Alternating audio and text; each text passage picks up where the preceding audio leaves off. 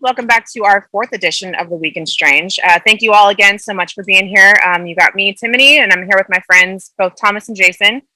We've been doing a lot of work this week and finding great, interesting stories to bring to you all. And I know that I can probably speak for my friends, but I know I can definitely speak for myself when I've had a very personally strange week.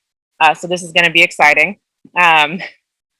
Anything you guys want to drop in real quick about your personal strange weeks?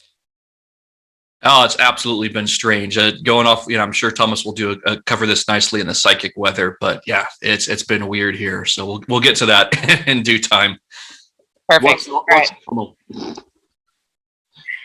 What's that? I've forgotten what a normal is. Oh, exactly. Yeah.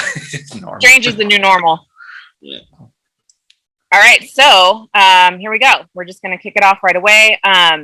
This article comes from July 9th of this year, 2021.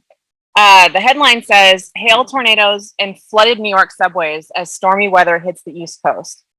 The U.S. East Coast was battered by extreme weather on Thursday evening as heavy thunderstorms brought flooding and travel disruptions to the New York City area, while Tropical Storm Elsa dumped heavy rainfall and even sparked tornadoes in North Carolina and Georgia. New York City witnessed dramatic scenes as subway stations were inundated by heavy rainstorms ahead of Elsa, which arrived late Thursday evening. Videos posted to social media showed people wading through a flooded station in northern Manhattan, while in downtown station water poured from the ceiling and a station in the Bronx saw water cascading down the stairs. Photos posted by AccuWeather showed that parts of the Bronx River Parkway and the Hutchinson River Parkway were underwater and closed. On Thursday afternoon, there were reports of golf ball-sized hail falling in New Jersey during thunderstorms that are unrelated to Elsa. The tropical storm brought heavy rains and warnings of flash flooding, as well as strong winds, according to the National Hurricane Center. Tropical storm warnings were still in effect along the coast from North Carolina to Massachusetts on Friday morning. There was a chance Long Island in New York would see sustained tropical storm force winds, the National Weather Service said. The National Weather Services in Morehead City, North Carolina, tweeted that a tornado was spotted near Fairfield on Thursday afternoon. Elsa seemed to spare Florida from significant damage, though it still threatened flooding, downpours, and caused several tornado warnings.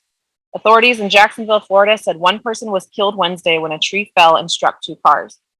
A spokesperson for the Naval Air Force Atlantic office said Thursday that a sailor assigned to a patrol and reconnaissance squadron in Jacksonville was also killed. 9 people were injured Wednesday evening in coastal Camden County, Georgia, when a tornado struck a campground for active duty and retired service members. The tornado flipped over multiple RVs, throwing one of the overturned vehicles about 200 feet or 61 meters into the lake. In South Carolina, a Coast Guard air station crew rescued a family that became stranded on Otter Islands on Wednesday after their boat drifted off the beach due to Elsa. 6 family members were hoisted into a helicopter and taken to Charleston. The Hurricane Center said there was a risk of flooding in South Carolina, which was predicted to get up to 5 inches of rainfall. More than 7 inches of rain was reported at a weather station near Gainesville, Florida. Scattered power outages were being reported along Elsa's path Thursday afternoon, with about 26,000 homes and businesses without electricity. Elsa is the earliest 5th named storm on record, said Brian McNulty, a hurricane researcher at the University of Miami. So, really quickly, before Jason and I found this story, it was about 2 days before, we were just kind of sharing dreams that we had, and I was like, holy shit, dude, I had dreams of crazy flooding last night. And now that I'm thinking about it, some of it did look like it could have been like in one of the underground subway stations with what they were talking about, the water coming up the stairs. And in my dream, I was trying to help pull people out. And then it was just the next day that we found that article. Yeah. You were like, dude, your dream. Yeah. And then the next day I woke up from a dream drooling all over my pillow. So that's what my flood dream was about. I saturated my pillow with drool. But yeah, this is crazy. And Thomas, I think you were talking about this yesterday in one of your live stream videos about flooding everywhere, more closer to your longitude area. But yeah, here in the US, it just seems like ever since we had our heat wave, we've just been having weird ass weather that's not just weird, but uncharacteristic weather, right? Like this is hurricane season and everything, but the flooding, it's not just within New York. It seems to be in other places as well on the planet that aren't necessarily struck by hurricanes. And this reminds me too, it was about, I want to say a month ago or so, they were talking about off of the Saharan desert in Africa, there was one of the largest dust storms that they saw moving off of the Sahara. And it was probably about a month ago, June, May, sometime around then, and saying that was probably going to affect our hurricane season here. And sure enough, I imagine all that particulate matter got it, and, did its thing and has made its way over to here. But, as with this kind of subcurrent that we've been floating on here for the last few weeks, it does seem like, there are earth changes picking up, that this is not some kind of end times thing, as some people have commented on, but no, it's a natural seasonal change where, for whatever reasons, if it's solar, if it's goes beyond the sun, something is ramping things up.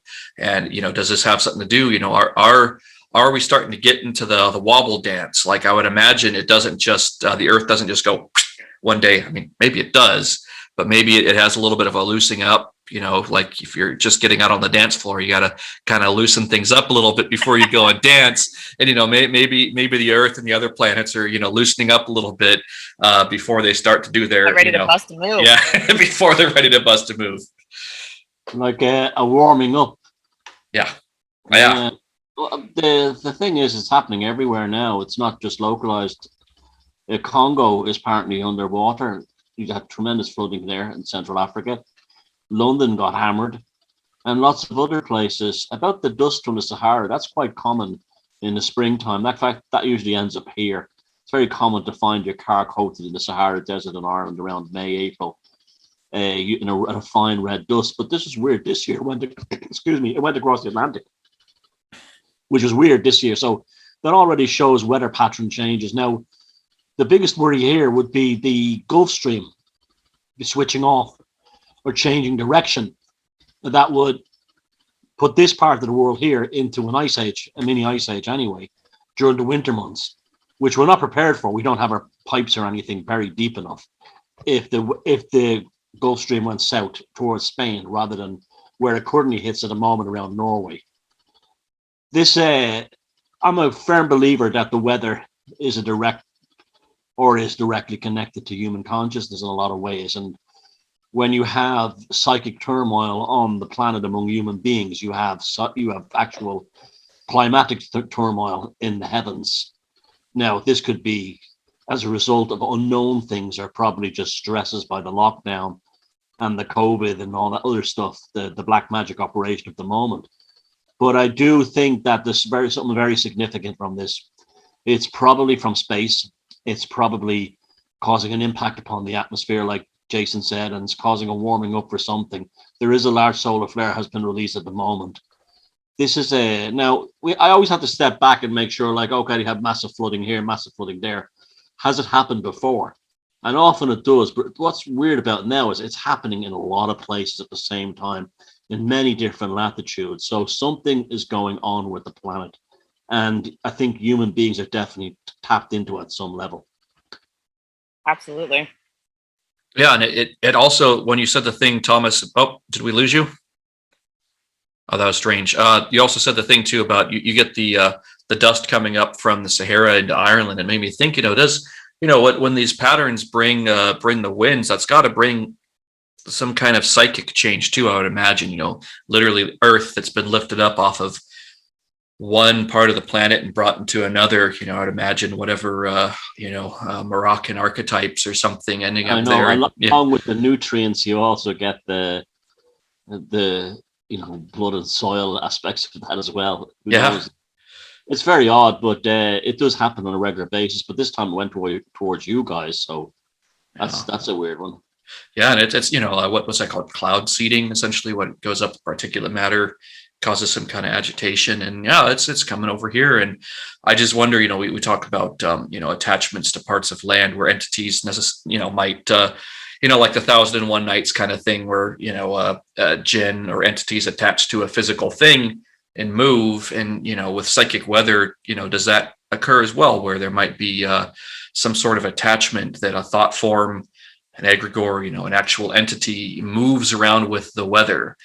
Just like when the whole Rona thing kicked off, I remember literally that week we had these crazy winds that I even posted a thing in the group at the time on Facebook, and it's like, yeah, it's like that entity Pazuzu that you've made videos about before, Thomas, and it reminded me, oh, there's this weird Pazuzu archetypal, what is it, southwesterly wind? Am I saying that right? With Pazuzu, it comes from the southwest, I want to say. Southwest. Yeah. And it was coming here in the Northwest, and we were some of the first people to have the bullshit ass restrictions brought in with it. Like, we weren't hit any. Washington was the first state. We were the first ones. Oh, really? Yeah, I thought we were one of the first, but Pazuzu brings disease. Yeah, and I remember I was like, "Hey, everybody, pay attention here. This is weird." It was late February, and the other thing with this, to go off on a tangent, there was a 1920s style masquerade ball that I went to right before, and I was shopping for masks and everything right before the Rona started, and it's like this whole mask archetype thing, and I watched what's it called, the Andrew Lloyd Webber, The Phantom of the Opera. I'm like, oh, okay, getting into the archetypal mood here, and it's like, the phantom that lives within some sort of disaster, a cataclysm. An entity that brings about a cataclysm with it, like the legend within Andrew Lloyd Webber's story about the phantom actually being attached to the chandelier and mocking up that tragedy again. And it was this masquerade ball, and then the Pazuzu wins, and then Rona lockdowns, and here we are again. Yeah. And let's not forget the George Floyd "I can't breathe" right before it all happened. Yep. Right. Yeah. What are we dealing with? A respiratory infection. And also, can't breathe. You got a mask over your damn face. And I remember seeing masks that said that. I can't breathe. I'm like, yeah, you're damn right. Can't breathe with the mask on. It's all the archetypal resonance is coming up and bubbling out everywhere they can. Yeah, I often wondered about the kneeling thing. Is like, do the establishment have some kind of? Did they know all this stuff was happening?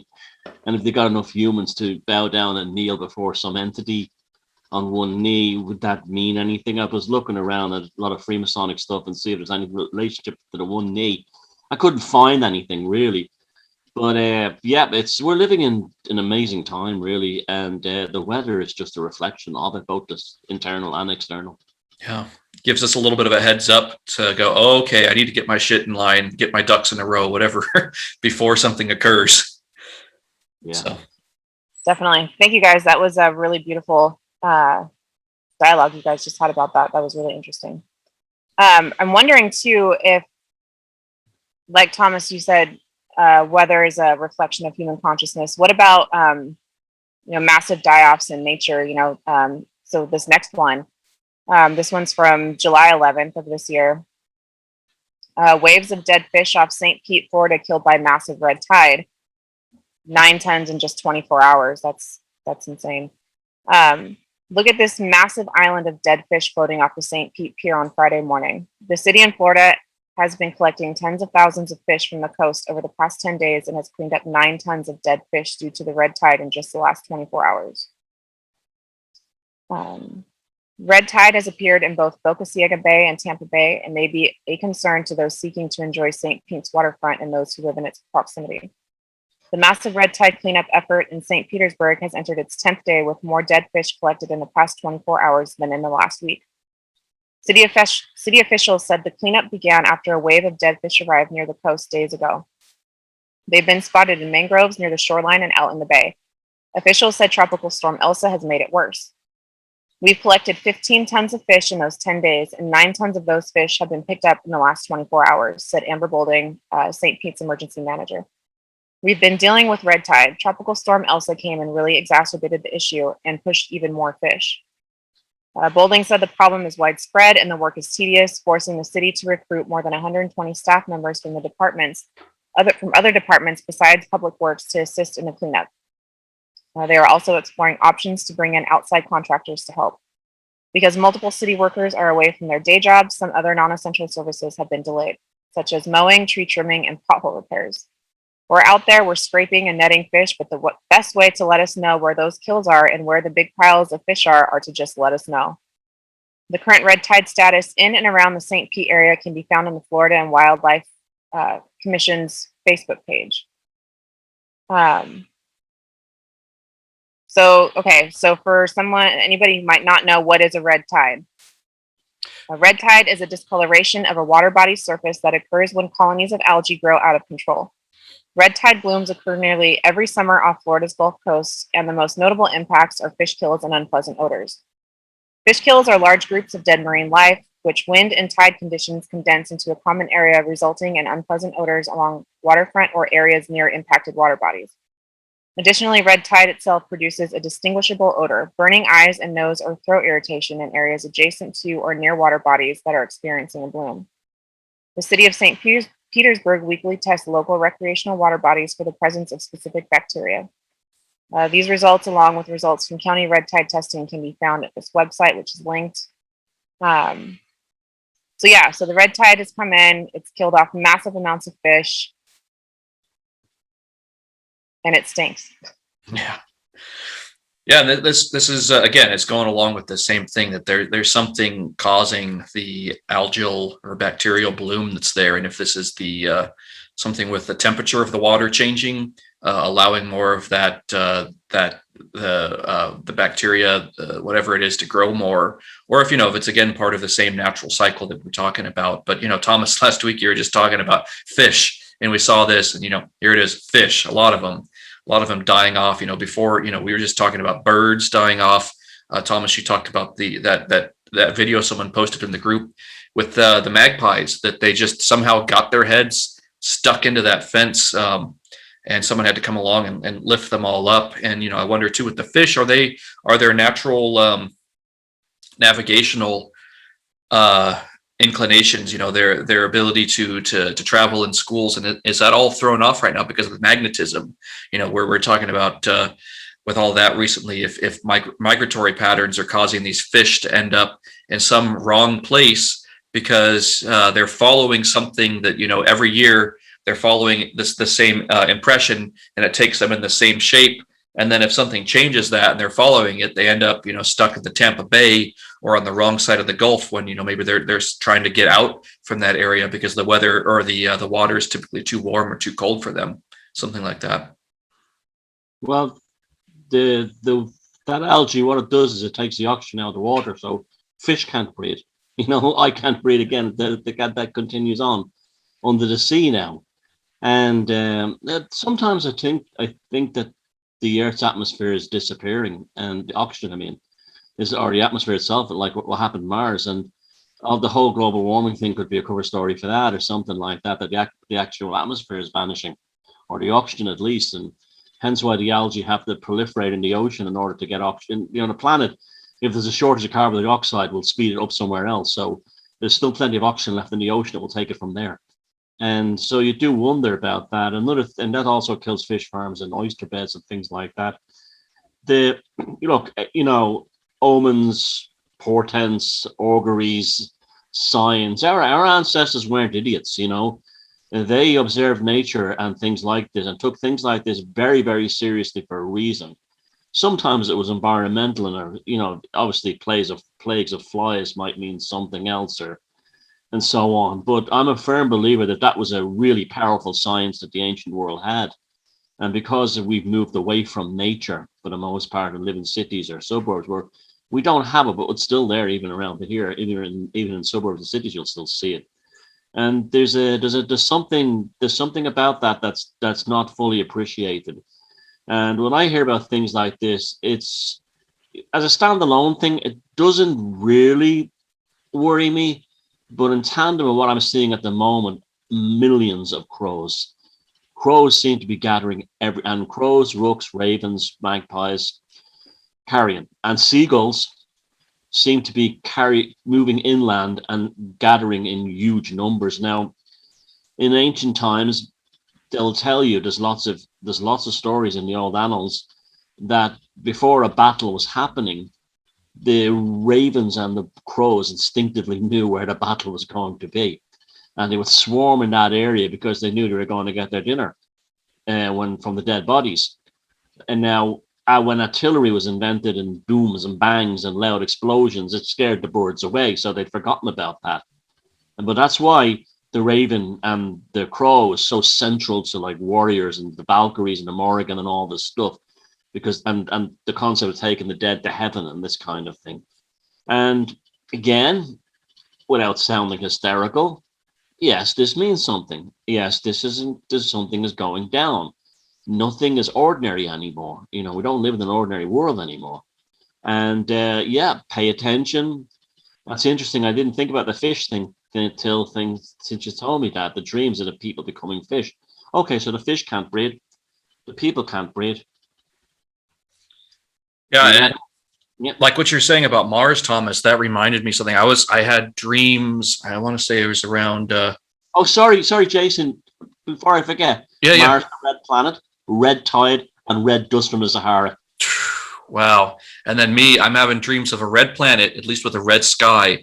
And it's 2016. It was spring, winter to spring 2016. No, I'm sorry, 2017. It was a year after I got out of the military. And I was having these dreams about being on a red planet, or at least a red sky, and being within ruins, like, look as if, I was at the World Trade Center, Ground Zero, that type of like twisted and mangled ruins, but there was more stone, as if it was like a megalithic or concrete type of structures. But this, I don't know if this was like a past incarnation thing or a remote view type of thing, but these, like being on a red planet that was destroyed, and I was in some kind of thing that looked like the Statue of Liberty. This is a dream I'm talking about. That was like she's got a thing on her crown, right? That's got these like slats. And I was with a group of people looking out through them. Yeah. Corona. Oh shit. Yeah. And I was looking out over like this vast landscape with a dark-ish sky, but not like the sky that we have here. That it's just like, could have been a thin atmosphere. And just before we got on the call with you, Thomas, Timothy and I were kind of musing about this idea that like shit's so weird right now. I often wonder, like, am I dead? Like, am I going through my own metempsychosis right now? Like, literally today, I just got off of a Zoom call with Thomas Sheridan and Ramsey Dukes, two of these people that I like really, really admire their work. I'm like, it's like, am I, is this some kind of like me processing my life before I go on to my next incarnation? And people are disappearing, and people have talked about that before in the in-between lives area, where you process all your shit and then you're left with just like a few guides who help, steer you into your next path. And, maybe collectively, did we all die from some event, or are we all in the process of dying? Like you talked about the birds gathering before death. Like, I mean, obviously when something dies, there's the, what are those called? Vultures. That, like, when the hospitals open up their vents, you have the vultures circling over the hospital like this. And then, they smell the actual death, whatever that material is. That smell that we all know from dead and dying flesh. But then I would imagine, like you're talking about, the crows, the corvids, all of them could be perceiving something psychically of when someone knows they are going to die. Just like an event, you drop it, like dropping it in the water, it ripples out in every direction in time, that people know, maybe months, weeks, days before they're going to die, they start resonating something, and the bird's like, oh, dinner time's coming. better move over and move over to where everyone's going to be dying. So I just wonder about that. Like I said, we were just musing on this idea of, like, are we all dead already? Is this metempsychosis, or is it a metempsychosis that we're all doing, preparing for Earth to become a dead planet like Mars? Thomas, you talked about literally going into a parallel reality. Could that? I think there's even Ramsey Dukes in one of his videos and in his book, the one where he talks about like artificial intelligence and living in a matrix type of thing, that, we're all of us, we live in a body, but we are a non-physical thing. Us as a spirit, us as a soul, we don't have a wavelength, a mass, or any of that. Could we all, be migrating like a school of fish or a flock of birds as spirits disincarnate into a new reality, like we talked about before, of this being, or I talked about my UFO video about the backup drive kind of thing of starting up a new reality in a new machine, the Mandela effect thing, that we're bringing our reality with us, and some of the little details of things aren't quite right. Like if you take two paintings and you take a painting and you want to duplicate it, some of the little details aren't going to be exact, but the broad brush strokes, the geometry is going to be the same, but you'll have little details in there that are just slightly altered in the new version of it, or like a photocopy. There'll be artifacts of something in the photocopy that are there that aren't in the original copy of it. So, are we going into another reality, and is this something just organically that occurs? But yeah, I wonder sometimes too. Everything's just moving so fast, and the harmonics are converging, and I wonder sometimes if we're in a time now where maybe we don't really need to physically die to reincarnate. Yeah. And that would explain kind of, with the psychic weather and the birds, picking up on psychic deaths. Maybe we're at a point right now where we some of us can skip the physical death part. And I mean, I can't, for me at least, there's been times where I woke up and I felt like I was literally living a new life. I mean, and it happened overnight. My whole life that I had before was gone. Yeah. There was no going back. I couldn't go back to that. Even if I had wanted to, it would have disrupted so many things, and it would have been so disharmonic. That probably would have been what killed me physically if I would have tried to go backwards. So I just wonder in some of the conversations that we've had, how things just seem to have flipped overnight into a new experience, a new reality. So that's I kind of wonder about that too. If there's just maybe certain groups of people in certain camps that are popping up around the world.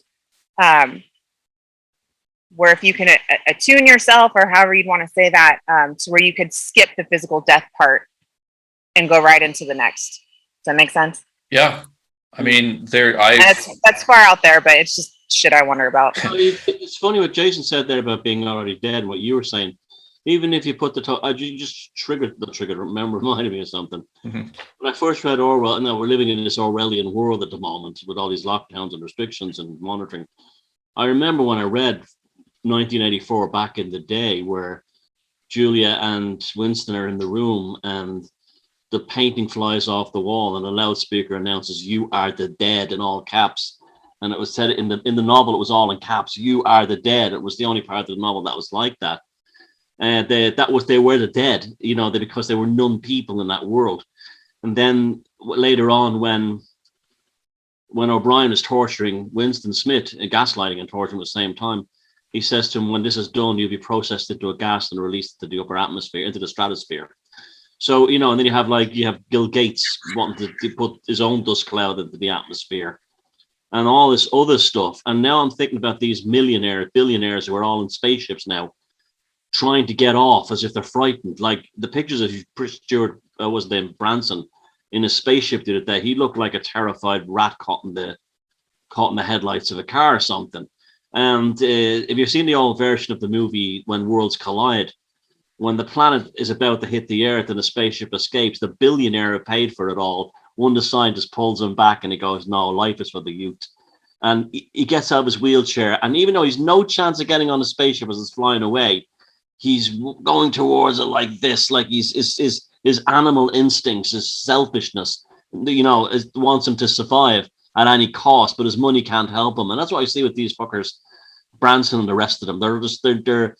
They're trying to escape something and bringing it around, circling it back round to what Timony says. Use that woman that works in the White House, circling back around to what Timony said. Maybe they cannot renew as living beings inside the same thing, and maybe maybe this is happening. Maybe this has always happened. I mean, all we know is the experience of our own lifetime.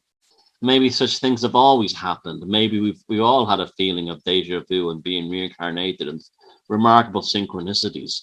But I do believe that the human race, those of us who are not falling for this current mass hypnosis of the time, the Rona and all this stuff, I definitely do think that I'm not saying we're evolved into something better, but we've evolved away. That's for absolutely sure. We're not, I was in a supermarket today. I have nothing in common with most of the people I see around me now. I see, I don't know, a different species of human. And I hate to say that because it sounds elitist, but it's not elitist. It's how I don't want it's guys like you, the tribe. This is the only people I can relate to now.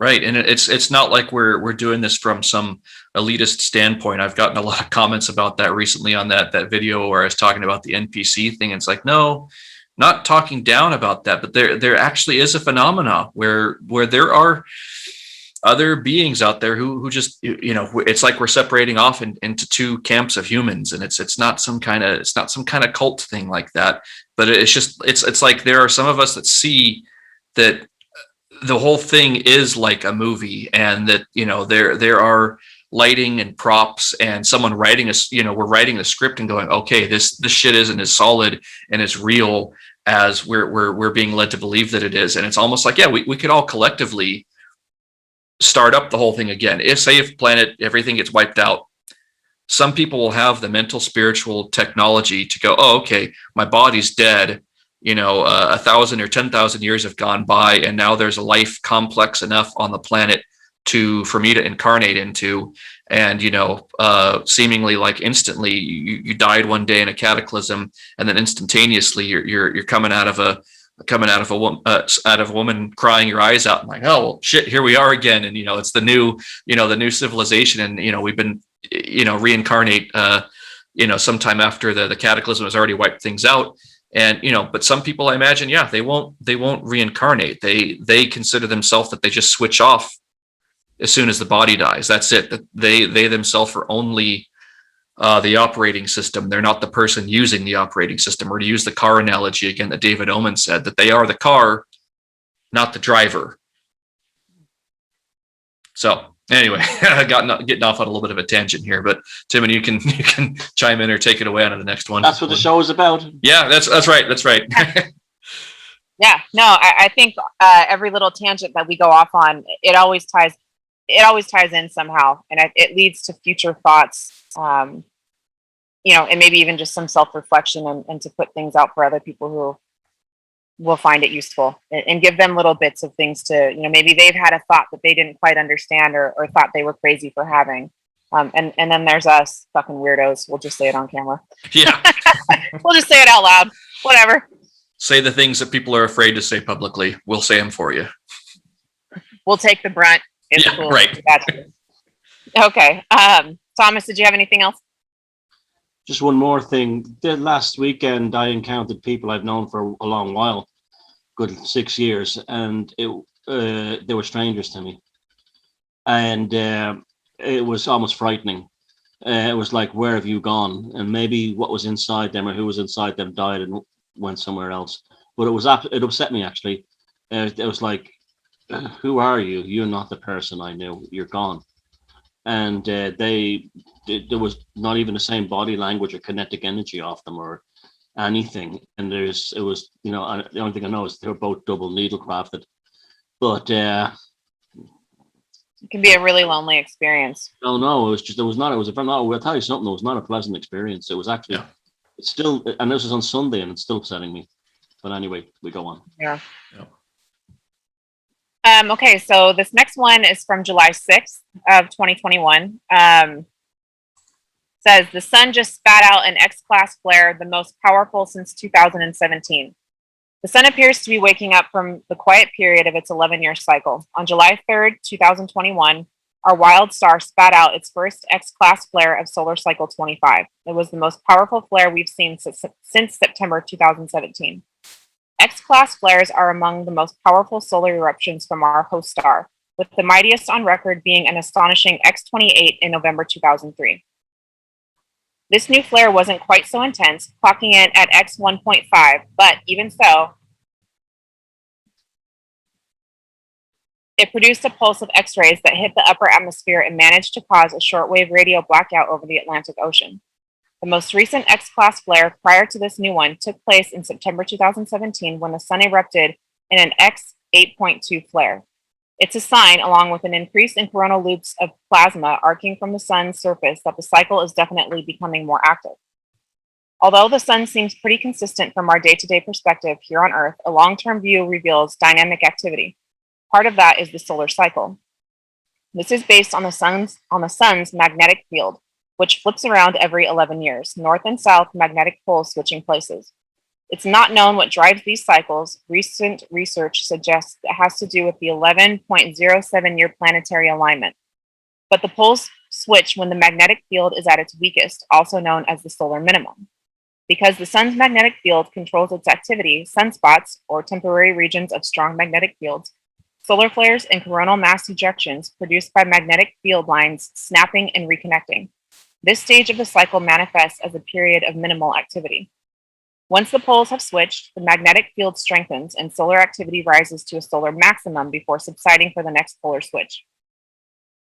The most recent solar minimum took place in December 2019. So over the coming months and years, we should expect to see the sun getting more rowdy, peaking at maximum in around July 2025. Not all solar maxima are created equal, so it's not entirely clear whether we will have a weak or powerful cycle. The average sunspot count for a maximum is 179. Solar cycle 24 peaked at only 114. NASA and the NOAA have predicted solar cycle 25 will be similar, with a peak of 115 sunspots, but other scientists have predicted quite the opposite, one of the strongest solar maxima ever recorded. Interestingly, it took nearly twice as long for the first X-class flare to appear in solar cycle 24. If that is significant, we won't know until after the solar maximum for solar cycle 25. So what does this mean for Earth? Well, if a solar flare or coronal mass ejection blasts out in the direction of Earth, we can see a few effects.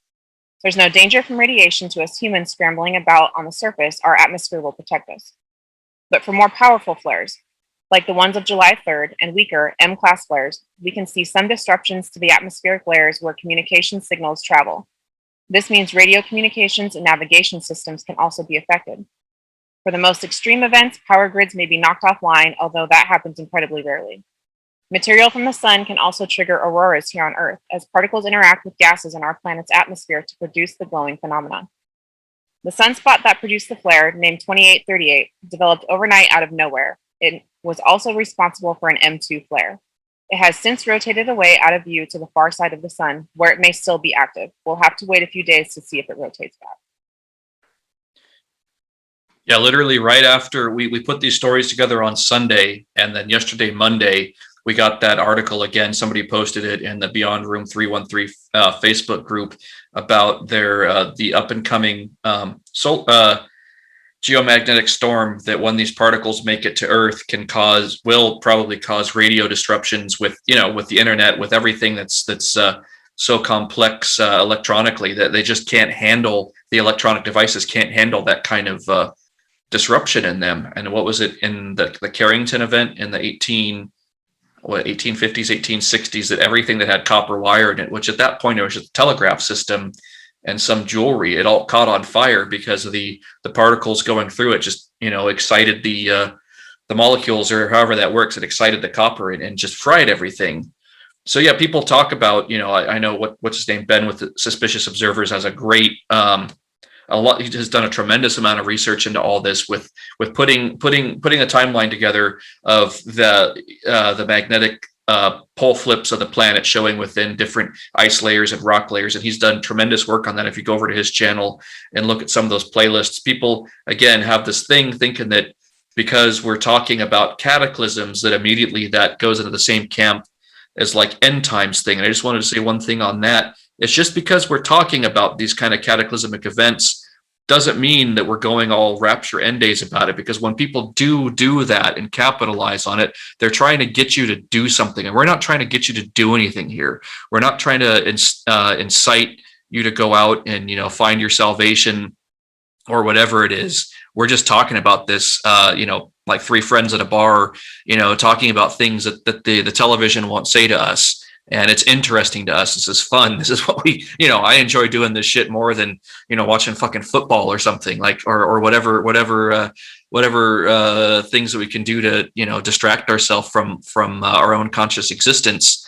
We're just talking about this because it exists and this stuff happens. We're not trying to sell you on some kind of salvation before end times occur. When I was reading that the coronal mass ejection, that made me think of corona and the mass ejection, and we're losing people. People seem to be disappearing. I don't know. Yeah, I made some sort of weird connection right there.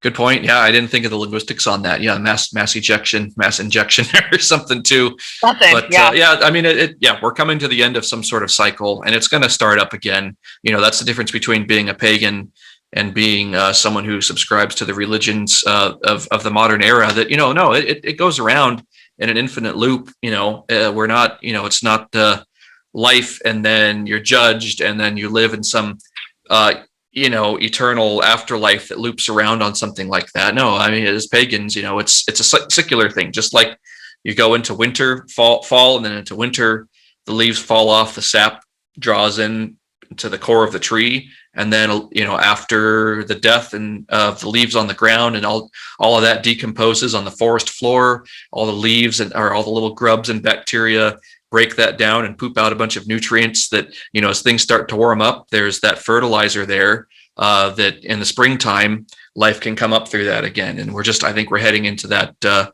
maybe going into the autumnal fall cycle of things are about to draw back in, so that the decay and everything can occur naturally, and we can come out in spring again and do the cycle again. It's nothing to worry about.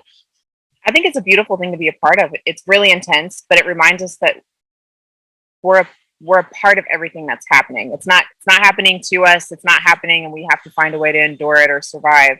If you just kind of pick up your feet and decide, I'm the change to, I'm part of these changes. We're all part of the changes. It's a symbiotic thing. That makes it a much more harmonious experience. And to me, it's really exciting. I love weather. I love extreme weather. The calmest I ever can be is during an intense electrical storm or a massive thunderstorm where the house is shaking and hail's coming down and you can't see anything because the wind and the rain is so heavy. That's when I'm at my calmest. Yeah. It's when it's a nice sunny day out, I get nervous. Yeah, right. Yeah, everything's calm. I don't like it. Right, and it's we're part of nature. It's interesting because that's what happened on 9/11. It was a beautiful morning, and everyone in New York said, "There's something not right here. It's too quiet." Yeah. I take these CMEs very, very seriously, and all that stuff. Flares from the sun. I think it's something really to be concerned about. Ever since I read about, no, I'm not talking about us, but I mean the world in general. Ever since I read about the Carrington event when I was a kid, and I saw what happened. It destroyed the telegraph system, the early telegraph system across the United States. It froze the relays. Now the relays back then were like big mechanical things. Now if it soldered them shut, what can it do to a reed switch or a semiconductor or a transistor, or a small relay? It melts them. And this is why the moon is so shiny on our side and looks very different than the far side of the moon. It was hit by a flare and turned the surface to glass. The surface of the moon is full of glass that was caused by a massive flare from the sun. Now, suspicious observers and others have talked about the idea of the Earth flipping over slowly or fast, whatever. And this is one of the things that the evidence to show is for these mega flare, the mother of all flares, is the moon covered in glass. Something enormous hit it and melted the sand and turned it into glass. Now we have around the Earth, we have a magnetosphere and an ionosphere, which would deflect most of that away. But it just goes to show you how powerful that stuff is if it did that to the moon. Well, what do you think too about? Oh, sorry to interrupt you. Go ahead. Well, no, go ahead. That actually was, you said the word I was going to say next.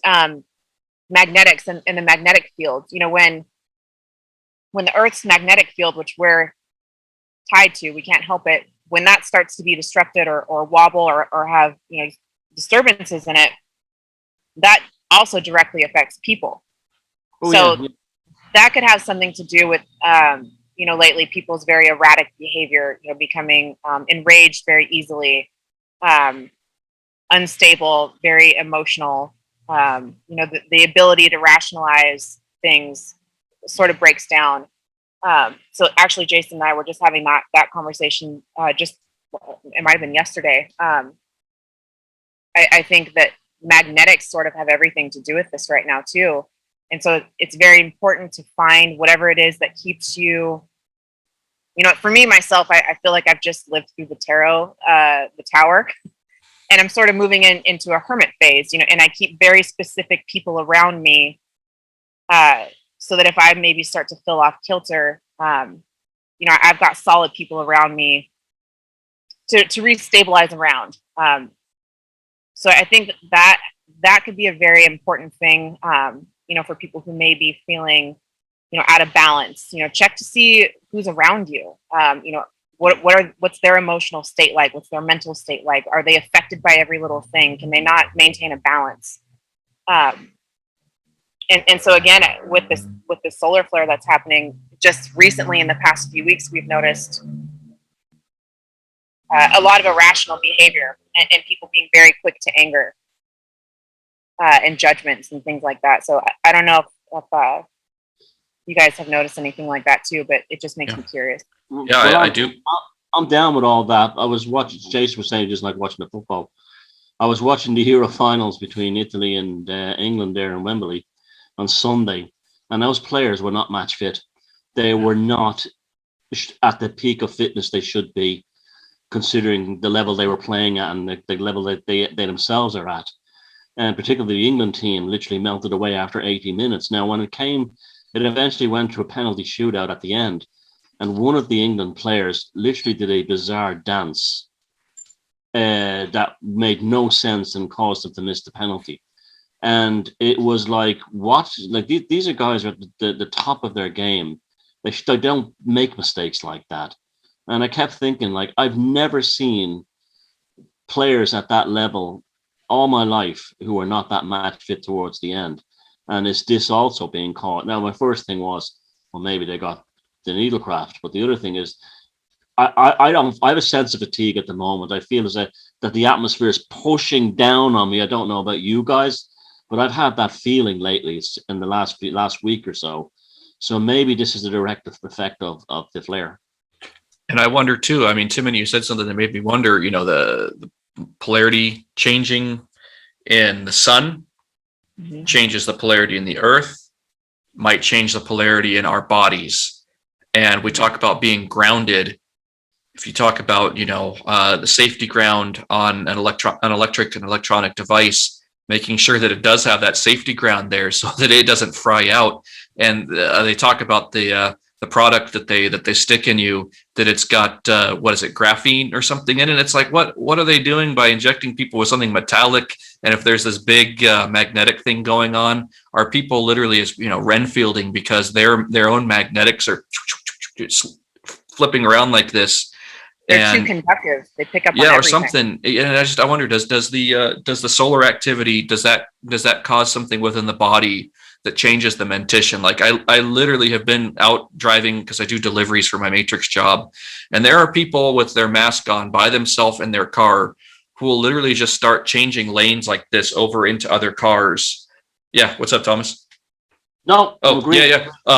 They will literally just like go over, and like there's all these accidents and everything going on right now, and there's happening. I was getting on the freeway, and somebody driving all fast in a Mercedes literally just went into me, and I honked at them, and they just looked like, what's that next to me? And it was literally this look like there wasn't anything there. It was just a body going, wait a minute, I'm making a turn and there's something in the way of my turn. And it's as if, An animatronic. Yeah. Spared no expense. Yeah. Oh, yeah. the N4, the main road between Sligo and Dublin today, was like Damnation Alley. Like it was that kind of thing. Yeah. People have forgotten how to merge until the last section. Yeah, and they just forgotten how to merge. Period in life. Yeah, right. Forgot how to, but they just have that. Wait a minute, there's something wrong. Yeah, absolutely. Big time. Yeah, not like, oh fuck, this guy's in my way, like the rest of us do, flipping each other off and everything. But it's like, what? Yeah, and it's just everywhere. It's just not just with cars. I mean, cars. I feel like that's the perfect analogy. Like Thomas, you've been doing your car videos for the last however long, and to me, it's like symbolically, I'm like, yeah, what I see with a person in the car, that's the ultimate symbol of individuality, because you have your own domain there that you, the human being driving it, like that's your domain in mobility. Like as soon as somebody takes away a person's ability to drive, you're taking away a certain amount of freedom, because you can go anywhere in a car where there's land.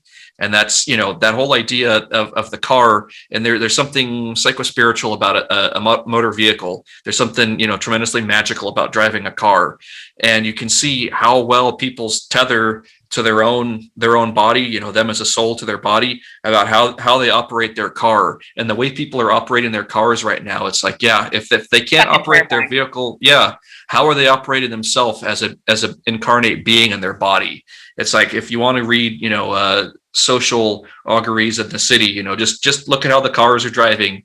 You know, are people running into each other, having, you know, because sometimes you'll see car accidents, they're really bad because somebody at the last minute will freak out because they hit another car and they'll jerk the wheel like this and they'll flip their car over, when if they had just maintained steering, they wouldn't have flipped their vehicle over. But you used to see a lot of accidents like that. Now you just see these fender benders of cars just colliding into each other like they're playing bumper cars, and they don't flip over because it's like, oh shit, I hit another car. And you know, you just see them not flipped over, but just lazily collided, as if it's just, you know, bumper cars on the track. You know, no quick what's that? I don't know what part of your brain that is. Yeah, when there's that part of you that goes into animal mode and you move really quickly and adrenaline comes through. It's like they're not even doing that. They're just, you know, colliding. So anyway, I just that whole thing about the car and being a great correspondence to a human within a body, and the psychic weather right now, I'd imagine it's influenced by whatever is going on the macrocosm in space, which comes to the sun, which comes to the earth, radiates off the moon and all of our satellites, and then, you know, to us as human beings in a body, and all of our satellites as our friends and family members and cohorts that we exist with. That was brilliant. You should write that down. Thank you. Write a book about that or something. Okay. That was really good. Yeah. Oh, and one more thing with that. It reminded me, I think it was Cliff I was talking about too. There was somebody on an airplane recently that she was trying to open up the hatch in the airplane mid-flight, and they had to restrain her, I think, with duct tape or something, because she was so out of you know, non corpus mentis, whatever it is, when you're just literally out of your fucking mind, where it's like you if she had opened up the airlock mid-flight, the whole airplane would have imploded, kind of thing. And it's just unreasonable. Completely couldn't even human at that moment in time. And it's like, what's causing people to turn into these animals? You know, is that a death wish? Are you just trying to dive off the planet and take people with you because it feels lonely to do that, or is there even that much thought in it? Yeah, or is it some kind of dissociation where she thinks she's in her car or she's at home or something, and, you know, totally confused, like you were saying, Thomas, like she doesn't realize that she's on an airplane or something, maybe. And, you know, there's talk about Canadian air pilots being grounded right now because they've been part of the product being shot up into them, and it's, you know, they're not allowed to fly anymore. So there's something going on between the needlecraft, solar activity, and the you know, the microcosm that exists within us that reflects this chaotic macrocosm around us. So I think that segues nicely into the psychic weather coming up here. Are you ready for that, Thomas, or did you have anything to say on this? No, I'll do psychic weather. Cue the theme music, okay? Take it away.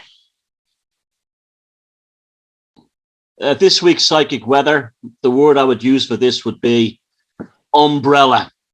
Get your umbrella. This is the psychic weather report that I have been waiting to do since we started doing these. It was been pretty quiet and docile and neutral up until this point, but my gosh, has the tempest begun? Have the NPCs and the normies been giving us a hailstorm of dysfunctional behavior and bewildering actions? I am seeing people standing in front of me, not getting out of the way. I literally have to bang two symbols together in order to get them to notice that I am here. I've seen this several times. They are lost in another world. In fact, you could go above the world right now and go, sir, you are lost. The entire human race, for the most part. I'm seeing people walking in front of traffic. I'm seeing people pulling onto roads at 60 miles an hour and then suddenly decelerating to 20. I'm seeing cars abandoned all over the roads. And they're not mechanical faults, or if they are, it's a strange one, because they're all late model cars, 20 good quality 4x4s, 2019, 2020, 2021 cars abandoned at the side of the road. I've seen one that's been there for 3 days and has a 2019 registration plate. this is just not, and it's a very nice car. I think it was a Mercedes 4-wheel drive, and they just left it. And this seems to be going, things like that are happening. Everybody's in the way. Everybody's dangerous right now because they're not in control of their own actions. The psychic weather report is confusion, chaos, and a maelstrom of just utterly bizarre behavior. People are now no longer not themselves. This is ferocious by any psychic weather prediction, forecast, or observation I've ever done in the past. The human race is not right now. On top of that, they're quite dangerous. I would stay away from them as much as possible unless you are one of them types. They're a danger to themselves more than anything else. They're still driving into cul-de-sacs going, how did I get here? It's that like song by Talking Heads, how did I get here? That's the whole thing. The psychic weather is get your umbrella, buckle yourself up, and stay away as most as possible from many people, because right now what's out there is like a dodgem car thing where they're all bashing into each one another. They don't know what they're doing. It's not a case of forgive them, Lord, for they don't know what they do. It's like get out of their fucking way because they don't know what they do. And that has been the psychic weather report this week. My God, that was a bombshell. That was the most intense, give me chills psychic weather report you've done yet. And you are not fucking lying about a single thing you just said. In fact, I was driving around with my son yesterday, even though he was not feeling well. We had to go do a couple of things. And he was sitting in the back seat and he goes, Mom, why are so many people jaywalking? And it was like every street we drove on, people were just, they weren't even looking. They didn't look both ways at all. They just went. I mean, and I'm talking busy main streets. Yeah, I was like, you're right. Why are they doing that? And we saw at least 10 people do that yesterday. Yeah. And here they've been walking in front of the trains. Yeah. Walking for the trains, weird stuff, Yeah. Yeah. And I feel like this is. So much so that they have no public safety ads here going, hey guys, it's a good idea if you don't walk in front of a train. Just going to throw that at you. Piece of advice.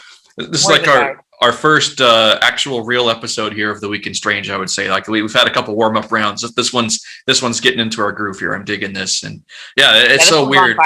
Yeah, it just reminded me out in front of my mailbox like 2 or 3 days ago, this guy just pulls up there and he's parked, and I went to go check the mail to see what's going on. He's like, hey, you live around here? He's like, I'm just waiting to use the bathroom.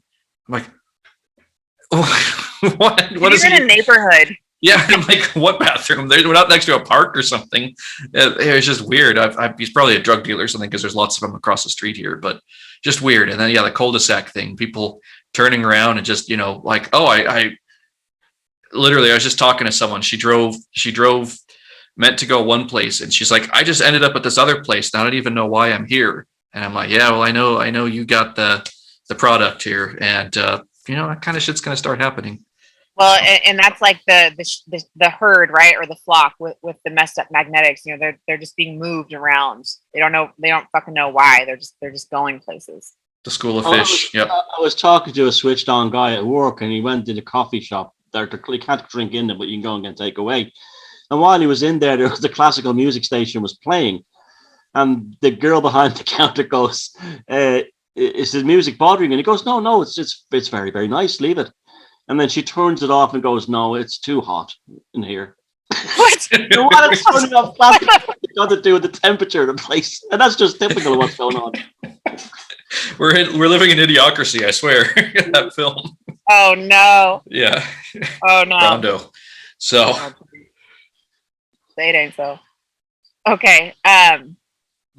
We're at about an hour and we still have 2 more. Do you want to finish up or do you want to wrap? I'm not going anywhere. Okay. So I know you guys have another show to do, so I just wanted to make sure I'm not taking up your break time. Okay. This story comes from 8 days ago, and this says, a strange signal is coming from the Milky Way. What is causing it? A fast radio burst was detected from within our galaxy for the first time. We may be closer to uncovering its origins. On April 28, 2020, two ground-based radio telescopes detected an intense pulse of radio waves. It only lasted a mere millisecond, but for astonished astronomers, it was a major discovery, representing the first time a fast radio burst, or an FRB, has ever been detected so close to Earth. Located just 30,000 light years from our planet, the event was firmly within the Milky Way, and it was, to all intents and purposes, almost impossible to miss. The Canadian Hydrogen Intensity Mapping Experiment, or CHIME, and the Survey for Transient Astronomical Radio Emission 2, STARE, certainly had no problems picking it up. CHIME wasn't even looking in the right direction, and we still saw it loud and clear in our peripheral vision, said Kiyoshi Masui, assistant professor of physics at the Massachusetts Institute of Technology. STARE also saw it, and it's only a set of a few radio antennae literally made out of cake pans.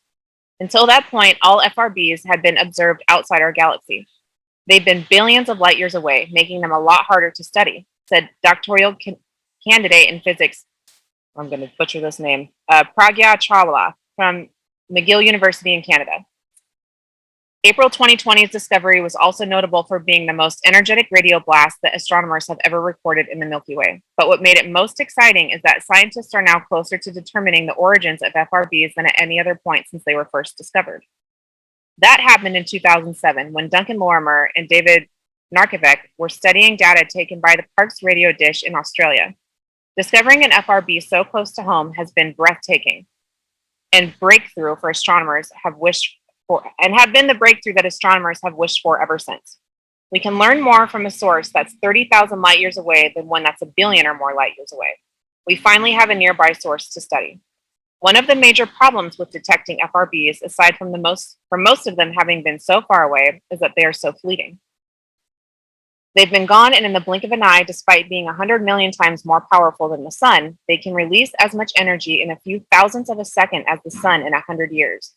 Ideally, astronomers would discover an object and focus one or more different telescopes at it, but the ephemeral nature of these bursts removes any such opportunity. But despite these challenges, astronomers have succeeded in building up a bank of knowledge about FRBs, most of which have been based on the dozens of recorded events from beyond our own galaxy. For starters, we know they are bright flashes of radio light lasting from microseconds to milliseconds. All sky searches for them also suggest that thousands of these bursts occur in the sky every day. We also know that most of them come from billions of light years away, but while dozens of models have proposed to explain the origins of FRBs, with progenitors ranging from neutron stars to white dwarfs to cosmic strings, have any theories really prevailed? Well, we know they come from very small sources, no more than a few hundred kilometers in size. And the most likely sources are neutron stars, since they are both very small and very energetic. The FRB discovered in the Milky Way is now helping astronomers to firm up such theories, and it's become something of a breakthrough for scientists trying to get to the bottom of what's causing them. Thanks to some nifty cosmic detective work involving the data of other telescopes monitoring the same patch of sky, observational evidence is now suggesting that the original FRB is very likely a magnetar, a type of young neutron star born from the embers of supernovas with a magnetic field 5,000 trillion times more powerful than Earth's, thereby making them the universe's most powerful magnets. But how has this conclusion been drawn? To explain, we must consider the work that has gone into studying FRBs in relation to magnetars, which are known to emit high-energy electromagnetic radiation, notably gamma rays and X-rays. Both of these erupt in short-lived flares, and there has been speculation that radio waves could be emitted in such a process that would pinpoint magnetars as the source for FRBs. When this latest FRB was discovered in our galaxy, known by astronomers as FRB 200428, it was found to have originated in the constellation of Vulpecula. Am I saying that right? I have no idea. Which just so happens to be where the galactic magnetar SGR 1935 plus 2154 is located. It was also accompanied by a burst of X-rays that further excited astronomers. The first detection of X-rays from that sky region came the day before CHIME and STARE discovered the FRB. They detected multiple X-ray and gamma ray bursts coming from SGR 1935 plus 2154, which was known to exhibit transient radio pulsations. Other telescopes were also found to have observed an X-ray burst from that same SGR, crucially at the same time as the fast radio burst. Yeah, that's pretty much it. They go on a lot more about more scientific terminology. We'll link all that down below. This article is actually quite long, but I think we got the point. There's something. There's a very, very strong magnet out there. Yeah, the numbers are just—it's almost impossible to even comprehend that much energy. Can't wrap your mind around it. It's just incredible and these things last for a couple of milliseconds and they produce that much energy and power. It's like, it just makes you really understand how significant we are in the scheme of the universe, this planet, even this solar system. Now, we've been hearing from the New Age folks for a long time that there was always going to be something from the center of the galaxy. Remember that? That was going to hit us and change us or something like that. And while it's 30,000 light years away, that's with conventional science. We don't know what effect that burst would have on something like dark matter energy, or even the quantum field where it could get here much quicker, or even instantly. We just don't know. Is there a buffering effect with non-material forces? Like you have the thing exploding here, and once in the galaxy, we're here. Okay, I think it takes 30,000 years to get here, but is there an intermediate buffering effect, like in magic, like the dark matter energy thing, where it comes instantly, or comes quicker than in a few months or something? That's what I'd like to know. But yeah, I mean, what can you say about that? It's just staggering that I can't imagine what could release that much energy in that shorter time. And they're not even that big. What did they say? They're a few kilometers, something like that. Yeah, they're not even that big.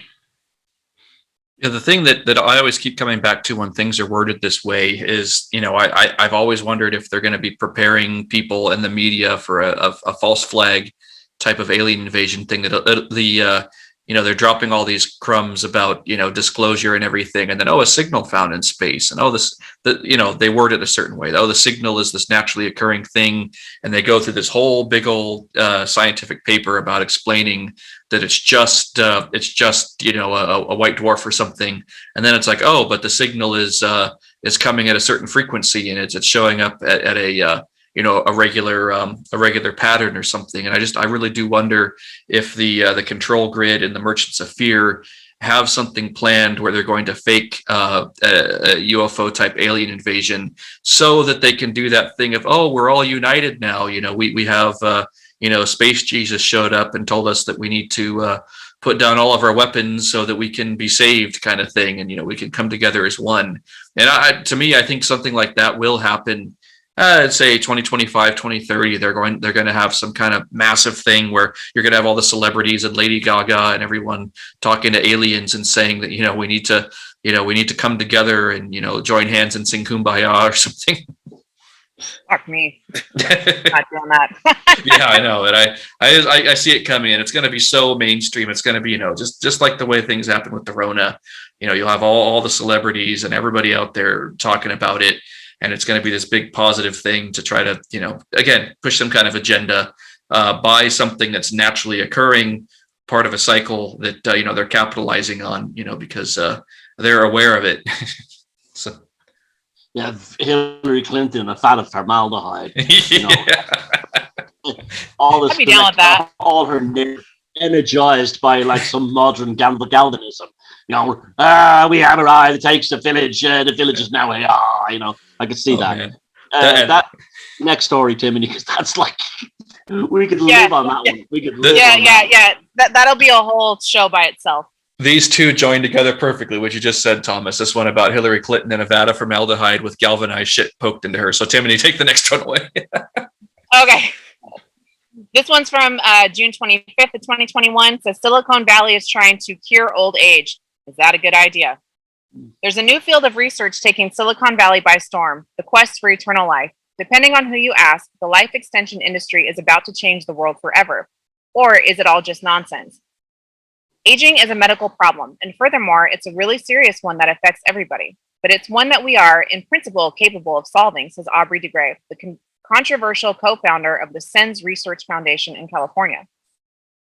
The promise of some anti-aging prophets like Dr. de Grey and the experiments giving their claims an air of possibility has attracted to the interest and money of tech millionaires. Today, Silicon Valley is littered with life extension labs and startups funded by everyone from Amazon's Jeff Bezos to Google. As these labs continue to grow, Dr. DeGray predicts that life extension may be on the precipice of becoming the biggest industry on Earth. Money does not necessarily lead to success, however, and some researchers have accused Dr. DeGray of peddling pseudoscience. Needless to say, there are significant challenges for scientists attempting to push the human lifespan beyond its current upper limit of around 120 years. But as new scientific discoveries and new ways of thinking move life extension forward, humanity may soon find itself dealing with the implications of extended or even limitless life. Aging as an illness. Key to life extension is the belief that aging is more than just part of life. Instead, life extension advocates like Dr. DeGray see aging as an illness. At its core, says Dr. DeGray, it's the creation of damage to the body, a process that goes on throughout life. Aging is the creation of various types of molecular and cellular challenges that are intrinsic consequences of the way that the body works to keep us alive from one day to the next. With this problem in mind, scientists are now trying to uncover the complex causes of aging in order to find ways to slow, halt, or even reverse the process. For example, Dr. Stephen Horvath, a biostatistician from the University of California, Los Angeles, has identified the role that a cellular process known as methylation plays in aging. He has compared the lifespan of different mammals. Methylation patterns play an important role in determining how an animal ages, fast, slow, or in some rare cases, not at all. Using methylation, data scientists can now deduce the biological age and even predict the lifespan of an animal, including humans.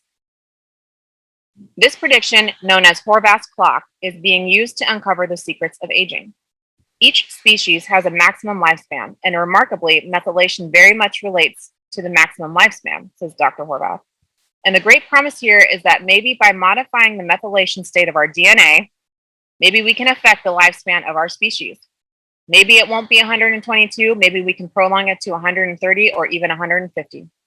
The possibility has inspired the research of Australian biologist David Sinclair, who now co-directs a lab at Harvard Medical School and has become a world leader in life extension.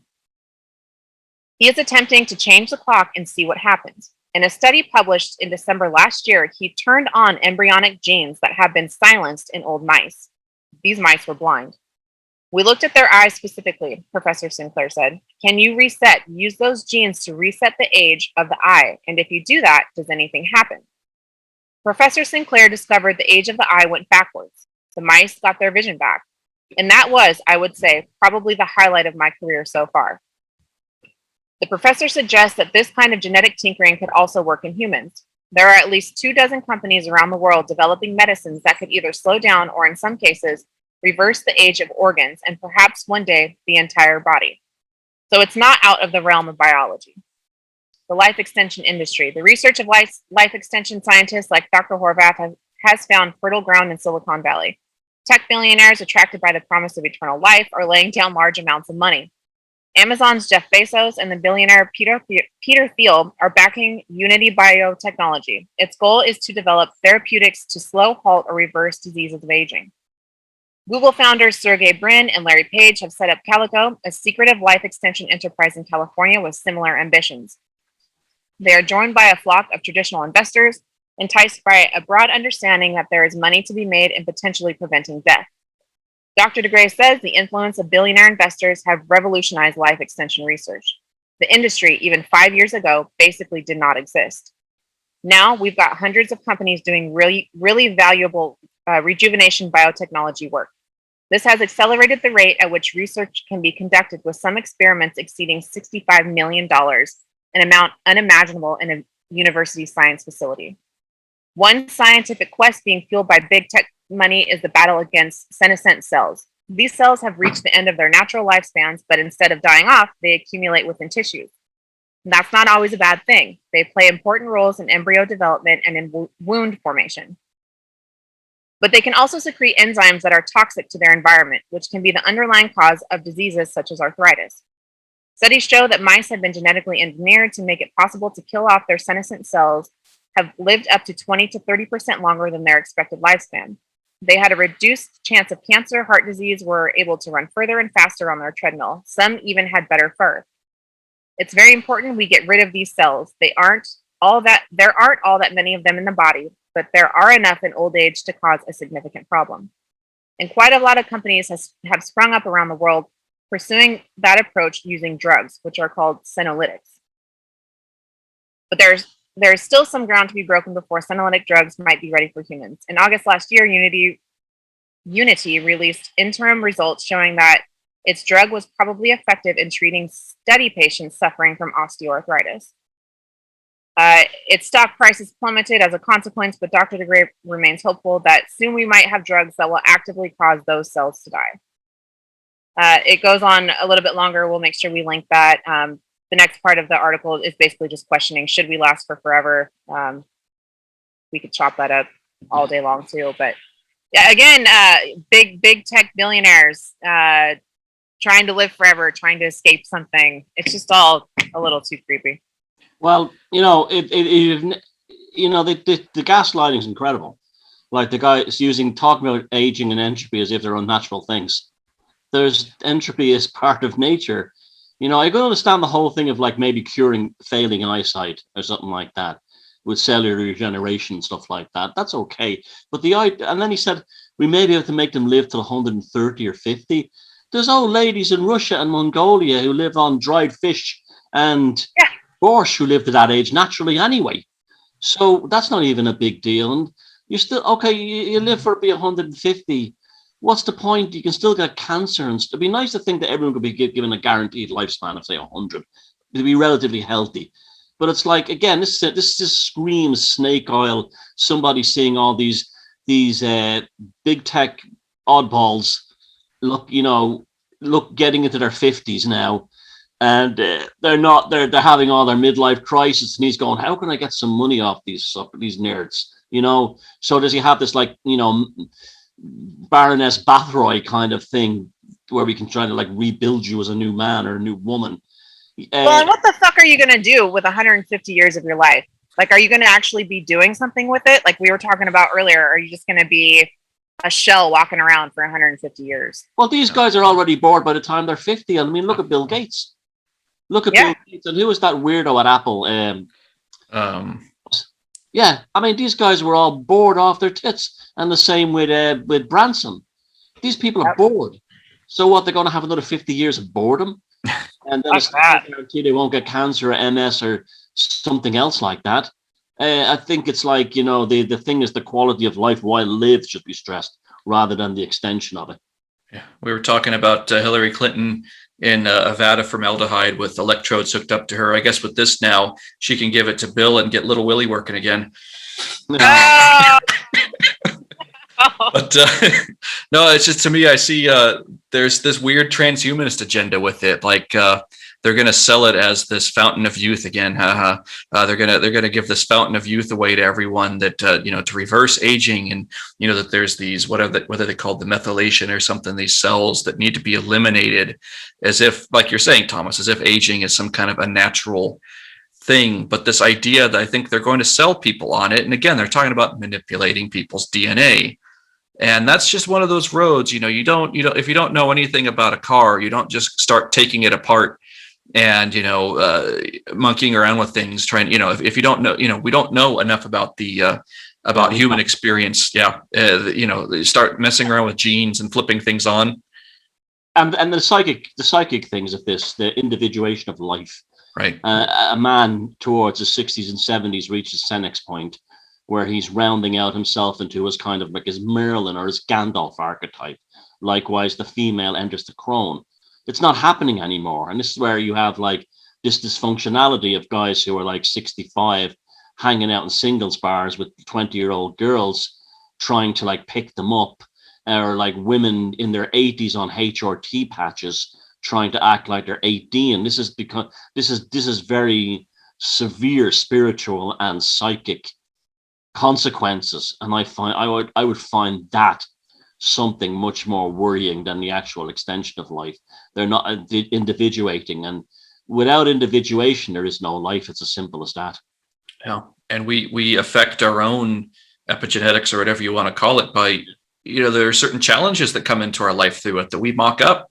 and we have to face that, conquer that demon that might show up as a whatever, as some kind of health issue or something like that, it helps you conquer something in this incarnation so you don't have to hit it next time around.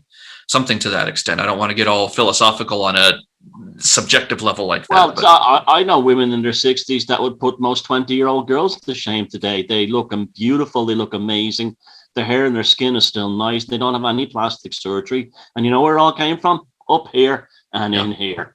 And that's the end of that story as far as I'm concerned, because anything else apart from that will not do that. It has to be up here or in here. It's not going to be here. Yeah. All right. Well, I think this has been a great episode today. Yeah, we went a little bit over. So thank you guys for your extra time. I appreciate that. Of course. And we'll catch you in the virtual pub next week. Thank you, everyone. Watch out for little Willie. Keep it real. Make sure you look both ways when you cross the street.